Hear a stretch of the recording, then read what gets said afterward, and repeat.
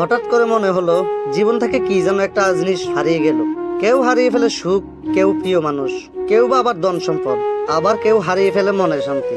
জানি না আমার কি হারিয়ে গেছে, তবে কিছু না কিছু একটা হারিয়ে গেছে।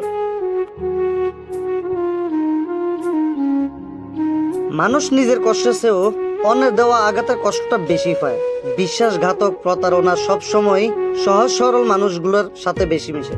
এরা জানে সহজ সরল মানুষের কাছ থেকে স্বার্থ হাসিল করতে পারবে, কারণ তারা দুর্বল মানুষদেরকে খুঁজে খুঁজে তারা স্বার্থ আদায় করে। সাবধান হয়ে যান আপনারা, আপনাদেরকে যাতে কখনো ধোঁকা না দিতে পারে। মানুষ প্রথমে কাঁদে, তারপরে হাসে, তারপরে নিজেকে শক্ত করে খুব ভয়ঙ্কর ভাবে পরিবর্তন করে নেয়। আপনিও চাইলে আপনাকে নিজে এভাবে পরিবর্তন করতে পারেন, যদি আপনি কোনো পরিস্থিতির শিকার হয়ে যান। আমাকে ভুলে যাওয়াটা অস্বাভাবিক কিছু নয় তোমার কাছে, কারণ প্রয়োজন ফুরালে মানুষ সৃষ্টিকর্তাকে ভুলে যায়, আর আমি তো সাধারণ মানুষ। নিজের কষ্টের কথা আর দুর্বলতার কথা কখনো কারো কাছে বলবেন না, কারণ সান্ত্বনার ওষুধ সবার ঘরে না থাকলেও লবণ কিন্তু সবার ঘরেই আছে।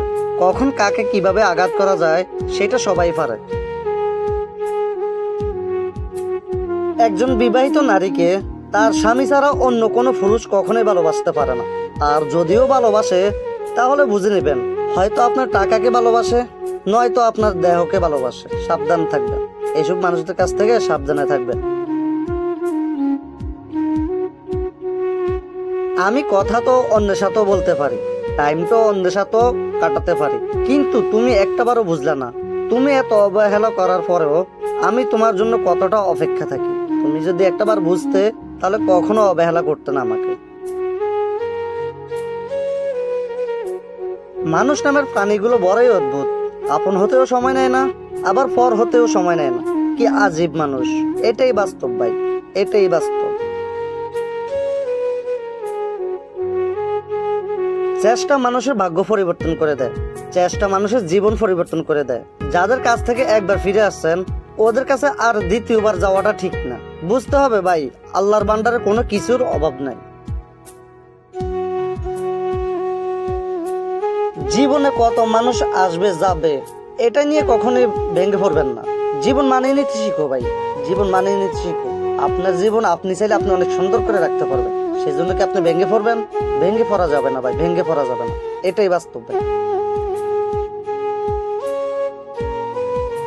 টেনশন আর মানসিক চাপে তারাই বেশি থাকে, টেনশন আর মানসিক চাপে তারাই বেশি থাকে যারা নিজের থেকেও অন্যের কথা বেশি ভাবে।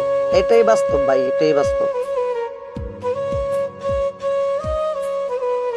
এই যে আপনাকে বলতেছি, আপনি এতক্ষণ যাবৎ কষ্ট করে পুরো ভিডিওটা দেখছেন, আপনাকে জানাই অসংখ্য অসংখ্য ধন্যবাদ। ভালো থাকবেন, সুস্থ থাকবেন, নিজের প্রতি খেয়াল রাখবেন। আর কিপটামি সিপটামি না করে একটু লাইক কমেন্ট শেয়ার করে দিন। আল্লাহ হাফেজ।